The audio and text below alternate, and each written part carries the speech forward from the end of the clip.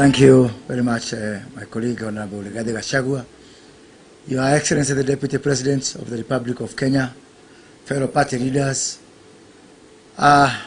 Siku hizi mimi ni mchache wa maneno, so I'll be very brief. And as you've heard, we have got some very important business in Parliament. I don't want to belabor you with what has been said.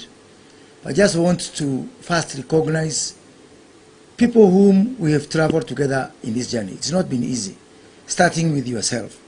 I recall from 2017, when we could sit with you, and you are still hopeful that maybe we are getting it wrong. It took you, in my estimation, 3 years before you started accepting kwamba tunachezo. So all the time you are saying, no, hapana, rais hawezi kutufanya namna hii, mtu ambaye tumetoka mbali na yeye namna hii. So again, being here today, after we were in Kasarani in 2016, when we formed Jubilee, I know it's a happy moment for you, but I also know it's a very painful moment, because these are the same dreams we had in 2016. Lakini vile wahenga wanasema, kuvunjika kwa mwiko sio mwisho ya upishi. But there's one thing that you had discovered, which on Sunday I was sitting next to a fellow member of Parliament and asking for, why did we miss this for so long? To realize that we have forgotten and almost assumed that guy at the bottom of pyramid. So you are stubborn. Now, ubadilishe hiyo tabia, because you are very stubborn in saying, no, there's something wrong. Something is wrong with our economy. Something is wrong with our architecture, with our model. We try to tell you, hapana, wacha tuongee mambo ya vile tunafahamu coalition na hivi, but you really refused and you stuck there. And also to my colleagues, and especially members of Parliament who are from UDA especially. Some few years back, only I think 2 years, the leader of, the whip, majority whip in the Senate was Madam Susan Kihika. Then, because of associating with you, Susan Kihika was removed, and they put Irungu Kangata, who also joined you. And they removed him, and they put Kimani Wamatangi, who has also been removed because of joining you. I have to sit with Mulcom and for him tell me, because what I was thinking is now we go back to zero, we go back to Susan again, and the cycle continues. Hawa watu, hawa viongozi, wamepitia mateso mingi, and although we are here taking the limelight as a party leaders, I really want to recognize and acknowledge the sacrifices which your team has made. From people like Kimani Ichung'wah, who are the chairman of the budget committee, Alice Wahome, vice chair of transport of legal committee, myself from transport committee, and many more people whose only crime was to associate not with a criminal but with the deputy president who was elected on the same ticket with the president. The late President Daniel Arap Moi set a very good legacy when in 2002 he conceded defeat and went home.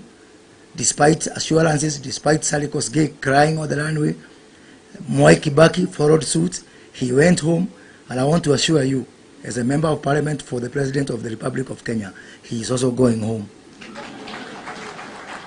And we shall have William Ruto and the Kenya Kwanya team as the next government. And this government, as His Excellency has said, it's not about individuals and not about parties. What brings us together is really because we have to save this country. Nothing is working in this country, and I don't know why it is starting with only the liquid products.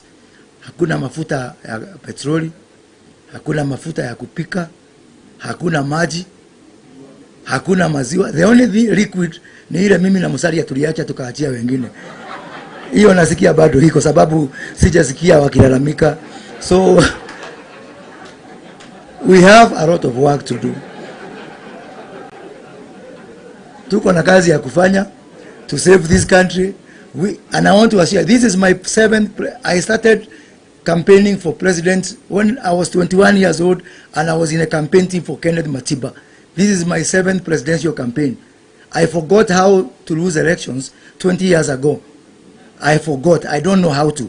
And we are going to win this one. Make no mistake.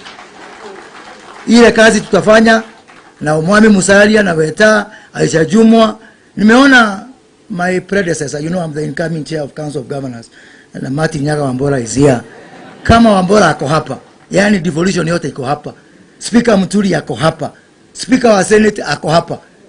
Hii vyama vyote, hata kuna ingine ya YouTube inaitwa Radical, sijui kwa nini hawakusaini. Hata wao najua wako hapa na tutashirikiana. Watu tutawaonyesha kivumbi. And let me tell you something as I finish. The major difference between this coalition and the other coalition. This coalition, there is joy and happiness being in this family.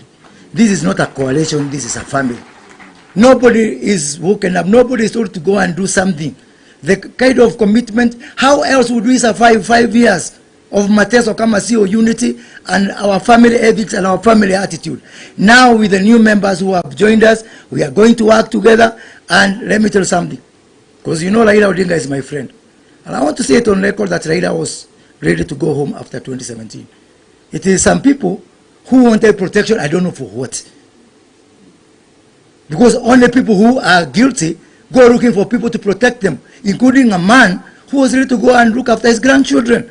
And you stop him from going home. So my good friend Raila Odinga, because I know also you have been forced, like we are being forced to run again, we shall help you by sending you home. Asanteni sana na Mungu awabariki sana.